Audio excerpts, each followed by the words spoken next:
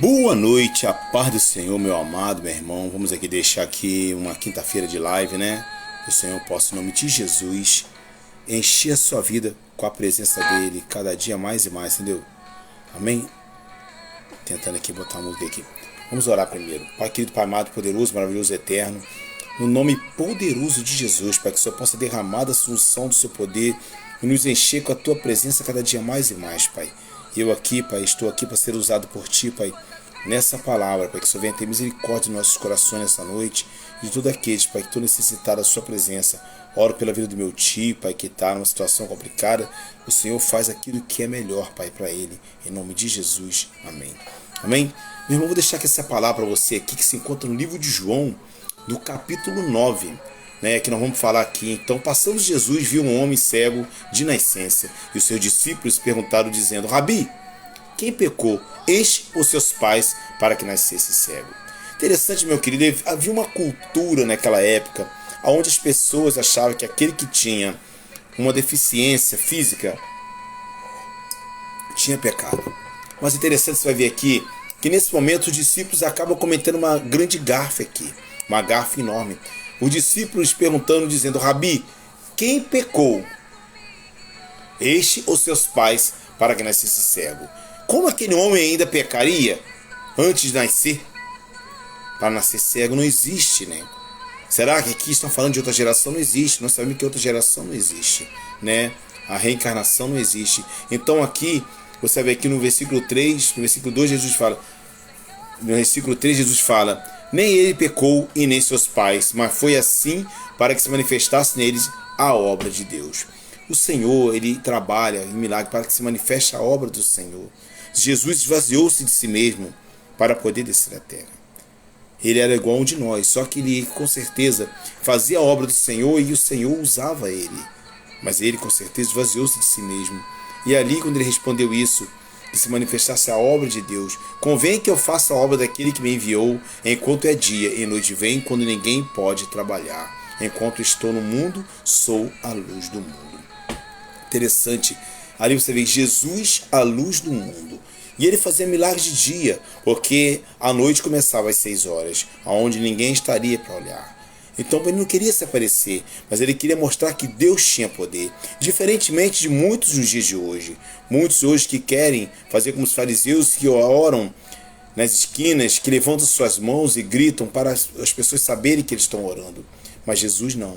Jesus fazia muitas vezes a obra em manifesto só para poder ter misericórdia daquele que estava necessitando. E tendo dito isso, cuspiu na terra com saliva e fez um lodo, e untou seus olhos do cego, e disse-lhe: vai, lava-te no tanque de Siloé, que significa enviado. E foi, pois, e se lavou e voltou vendo.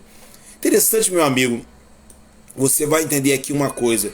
Primeiramente, que o único que poderia fazer um cego de nascença voltar a enxergar era o Messias. E os homens daquela época sabiam disso. Mas Jesus ali, ele era Deus. Ao mesmo tempo que ele era um ser humano, ele era Deus. E ali ele refez os olhos daquele homem que nasceu cego. E ele pode fazer isso na sua vida, pode fazer na vida de qualquer um. Ele pode quebrar um vaso e fazer novo, e o vaso somos nós. E muitas vezes ele nos quebranta para que nós possamos passar por a situação, para entendermos que somos totalmente dependentes do seu amor. Ali, ele foi ali, mandou se lavar no tanque de Siloé, e aquele homem voltou vendo. Então os vizinhos daquele que dantes tinha visto que era cego diziam: não é este aquele que estava sentado a mendigar? Uns diziam: este, outros: parece com ele. E ali ele disse: sou eu. Meu querido, o milagre às vezes acontece, na verdade, no meio daqueles que te conhecem. Muitos milagres acontecem com pessoas que você não conhece, não sabe onde vem. Mas verdadeiramente, quando Deus usa alguém no meio daquela população, daquela cercania, daquela região ali, todos conhecem, então é comprovado o milagre do Senhor. E ali estava ali a prova que Deus tinha feito um milagre na vida daqueles homens. E dizia: pois como abrir seus olhos? E ele respondeu, disse-lhe: o homem chamado Jesus fez um lodo e untou-se meus olhos e disse: vai no tanque de Siloé e lava-te. Fui e voltei e me vi. E disseram-lhe: pois aonde está? Respondeu: não sei. Interessante saber aqui, não sei. Porque Jesus, ele fazia o milagre pela misericórdia. Ele não queria uma plateia assistindo ele. Embora ele fazia um milagre de dia para o seu discípulo ver, era para manifestar o poder do Senhor na vida dele. Ele fez o milagre e saiu. E muitos dos dias de hoje pregam a Cristo para se aparecer. Mas Paulo fala que não importa para que você prega a Cristo, desde que Cristo seja pregado, isso é importante. E ali levaram, pois, aos fariseus o que dantes era cego, e era sábado quando Jesus fez o lodo e lhe abriu os olhos. Retornaram, pois, também os fariseus a perguntar-lhe como vira. Ele lhe disse: pois me lodo nos olhos, lavei-me e eu vejo. Então ali mais uma vez os fariseus, que eram aqueles homens que acreditavam que o Messias viria, mas não reconheceram Jesus como Messias. Os judeus não reconheceram Jesus como Messias. E muitos nos dias de hoje estão dessa maneira. Não reconhecem Jesus é Messias. Não reconhecem Jesus nas suas vidas. Embora estão vendo que Deus está fazendo a obra na vida do vizinho, da vizinha, não conseguem reconhecer. Então os fariseus diziam: este homem não é de Deus, pois não guarda o sábado. Diziam os outros: como pode um homem pecador fazer esses sinais? E havia dissensão entre eles. Interessante, você vai entender ali. Ao mesmo tempo que um dizia: esse homem não é de Deus porque fazia um milagre no sábado. E outros falaram: como pode um homem curar um cego de nascença? Um milagre que só o Messias poderia fazer. Mas o mais interessante, meu irmão, que muitas vezes você vai receber o seu milagre na tua casa, com a tua família, o seu vizinho vai receber. E muitos, ao invés de ficarem felizes com o milagre, felizes com aquilo que Deus fez, vão criticar ou não vão acreditar. Às vezes vão falar: mas fez um milagre agora, daqui a pouco ele está bebendo, está fumando e volta para bagunça. E é assim que as pessoas são, dessa maneira. Ali os fariseus, alguns estavam ali: esse homem não é de Deus porque fez um milagre no dia de sábado. Mas a vida tem seus precedentes. Quer ver uma coisa? Será que uma pessoa que é adventista dos 7 dias, se vê uma pessoa cair no buraco morrendo, será que ela vai deixar aquela pessoa morrer? Será que um médico adventista, será que ele vai deixar aquele homem morrer? Ou não existem médicos adventistas? Um bombeiro adventista não vai salvar, mesmo ele estando de folga, vai deixar uma pessoa morrer por causa de uma doutrina humana? Porque a doutrina se torna humana. Porque Deus quebrou o dia de sábado. Jesus falou: eu sou o Senhor de sábado. E ele disse: será que você não entende que se caiu um boi, uma vaca sua, ou você não dá de beber ao seu gado no dia de sábado? Hipócritas, Deus fez o sábado não por causa dele, mas sim para o homem descansar. Interessante, você vai entender ali. E muitos mudaram o sábado para domingo. E na verdade, o dia de adorar a Deus é todos os dias. E ali, eles, em vez de estarem felizes com a situação daquele homem que estava vendo, não, eles queriam criticar quem fez o milagre. E estavam tão preocupados em criticar que não reconheceram que era um milagre que só o Messias podia fazer. E esse milagre da sua vida, meu irmão, só o Messias pode fazer. Só o Messias pode fazer o milagre que está na sua vida. Esse milagre que você está esperando, só Jesus pode fazer. Tornaram, pois, dizer ao cego: que tu dizes daquele que te abriu os olhos? Ele respondeu: que és profeta. Os judeus, porém, não creram que ele tivesse sido cego, e que agora visse, enquanto não chamaram seus pais, que agora via. Interessante que mesmo aqueles vizinhos, falando que ele era cego, levando ele até lá, falando aquilo, eles não creram. Não creram. Às vezes você vai contar o seu milagre e muitos não vão crer no seu milagre. Não vão crer naquilo que Deus fez na sua vida. Porque estão mais preocupados em duvidar do que acreditar no milagre que Deus fez. E perguntaram, pois, dizendo: este é vosso filho, que vos dizeis ter nascido cego? Como, pois, agora vê? Seus pais responderam e disseram: sabemos que este é nosso filho, que nasceu cego. Mas quando agora vê, não sabemos. Ou quem lhe tem aberto os olhos, não sabemos. Tem idade? Perguntai-lhe, ele mesmo lhe fará por si mesmo. Você está entendendo aqui a situação? Os homens estavam mais preocupados em ali criticar porque era dia de sábado, em saber como aquele homem via. Queriam descredibilizar Jesus, que tinha feito aquele milagre. E muitas vezes em nossas vidas é dessa maneira. Você se liberta do álcool, das drogas, você se liberta da pornografia, você liberta alguém, você ora por alguém, aquela pessoa é curada. Mas as pessoas não querem saber do milagre. As pessoas querem ver os seus erros do passado para poder descredibilizar o milagre que Deus fez através da sua vida. Mas o milagre está pronto, as pessoas não estão preocupadas com isso. Meu querido, meu amigo, não creia que Deus não pode fazer um milagre. Ele pode fazer um milagre na sua vida, independente de quem você é, de quem você foi. Deus usa qualquer um. Basta você se botar na posição e pedir para ser usado por Ele. E Ele usa por misericórdia daquele que está precisando. Ele usa no dia de sábado e usa no domingo. Deus não está preocupado se é sábado, se é domingo. Ele quer ajudar aquele que necessita. E aqui era mais um caso desses.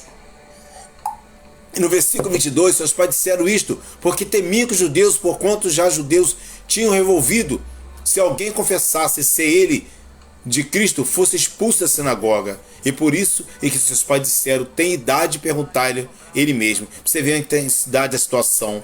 Ali, quando a pessoa falava que estava com Cristo, ele tinha Cristo como uma seita e expulsavam aquele povo da sinagoga, porque não creram que Cristo era o Messias. Estavam contra Cristo.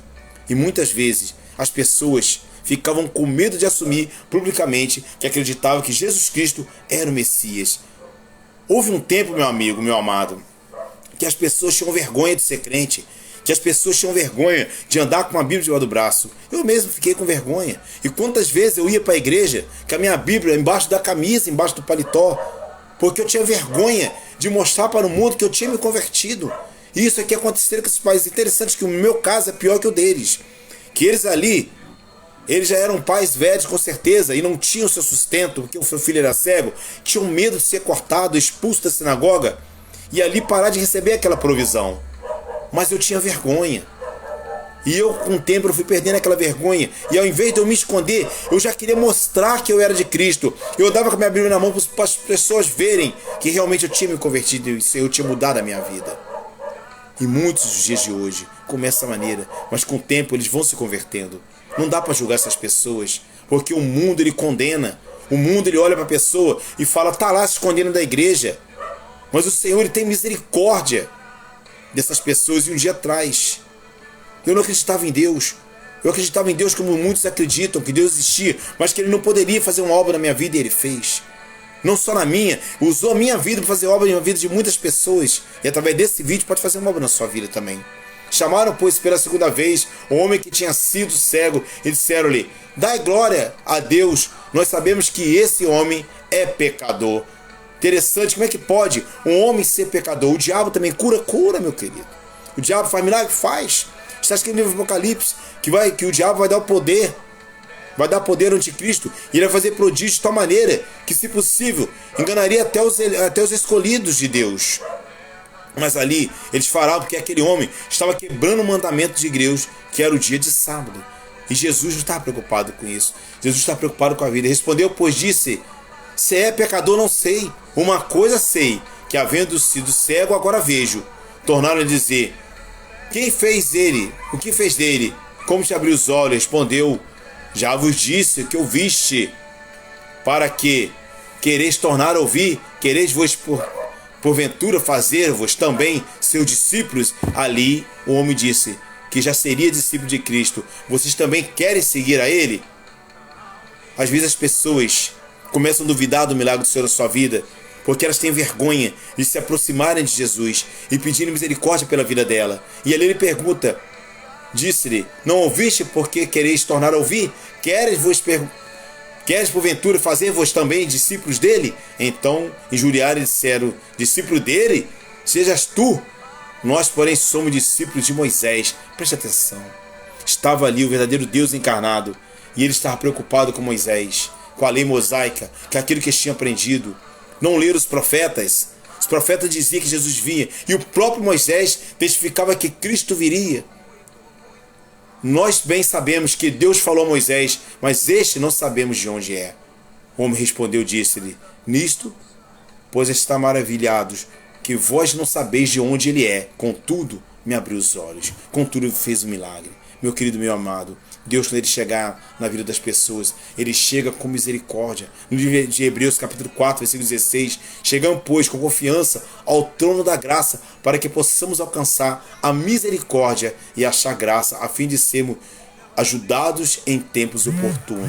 Interessante, meu querido. Então, nós temos que chegar com coragem, chegamos com confiança, para que o Senhor tenha misericórdia daquela situação que você está passando.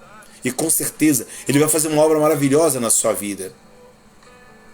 Interessante que aquele homem, ele foi indagado várias vezes por aqueles homens. Mais tarde, Jesus chegou perto dele e falou assim: estou vendo que agora vê. Não peque mais, para que não te aconteça coisa pior. Eu aqui pulei logo, o versículo é muito grande. E aquele homem seguiu a Cristo. Interessante, meu querido amado, que aquele homem não tinha pecado por estar cego, mas ele com certeza, ele estava ali naquela situação, porque ele era cego de nascença. Oh, glória a Deus! Desde o princípio do mundo, nunca se ouviu que alguém abrisse os olhos de um cego de nascença. Eles falavam: se este não fosse de Deus, nada poderia fazer. Respondendo eles, disseram: lês tu é nascido todo em pecado e nos ensina a nós? Expulsaram-no. Então ele falou: desde o princípio do mundo, não se ouviu que alguém pudesse abrir os olhos de um cego de nascença. Ali ele mesmo testificou que era o Messias que tinham curado. E eles falaram assim: tu nasceu em pecado. Porque com certeza eles achavam que uma pessoa tinha nascido em pecado porque nasceu de um adultério, de uma situação complicada. Jesus ouviu que tinha expulsado e encontrando disse-lhe: crês tu no Filho de Deus? Ele respondeu, disse-lhe: quem é ele, Senhor, para que nele eu creia? Jesus disse: oh, tu já tem visto que aquele que fala contigo é Filho de Deus. Eu digo para você, meu querido amado, meu irmão, o Filho de Deus está falando contigo nessa noite, não só através das minhas palavras, da palavra de todo aquele que bota um vídeo, da palavra de todo aquele que toma um tempinho para deixar uma mensagem no WhatsApp, uma mensagem no Instagram, uma mensagem no TikTok, ou em qualquer área, para falar contigo. Jesus está falando contigo nessa noite, basta você se render aos pés dele. Ele disse: creio, Senhor, e o adorou. E disse Jesus: eu vim a este mundo para o juízo, a fim de que não veem, vejam, e os que veem sejam cegos. E aqueles que os fariseus que estavam com ele, ouvindo isso, disseram-lhe: também nós somos cegos? E disse-lhe Jesus: se fois cegos, não tereis pecado, mas como agora dizeis, vemos, por isso o vosso pecado permanece. Então, meu querido, todo aquele que vê a obra do Senhor, que lê as Escrituras, que conhece a palavra, que às vezes não quer ouvir a palavra, se torna cego. E ali o seu pecado permanece. Mas o Senhor veio para que todo aquele que é cego veja, mas que aqueles que acham que vê demais se tornem cego. Aleluia, glória a Deus. E assim muitos estão. Quantos os dias de hoje estão cegos? Nós acabamos de ver nessa eleição agora quantos pastores expulsando pessoas da igreja em nome de um partido político, em nome de um homem, embora talvez ele fosse até o enviado de Deus na voz dele, não ganhou e perderam. Será que a igreja orou pouco? Ou será que Deus não tem poder? Deus tem poder, meu querido, mas ele faz a vontade dele. A soberba, a altivez, ela é derrubada. Ide, porém, aprendei do que significa misericórdia quero e não sacrifício, porque eu não vim para chamar o justo, mas o pecador ao arrependimento. Mateus 9, versículo 13. Eu quero orar pela sua vida.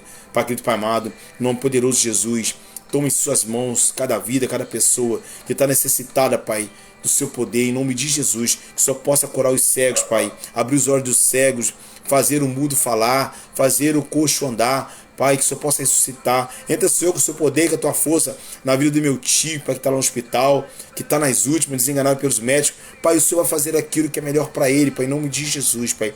Eu confio no Senhor, e aquilo que o Senhor fizer, Pai, eu vou aceitar, porque eu sei que o Senhor é poderoso para tirar ele daquele sofrimento. Em nome de Jesus, amém. Fica na paz, meu irmão. Deus é contigo.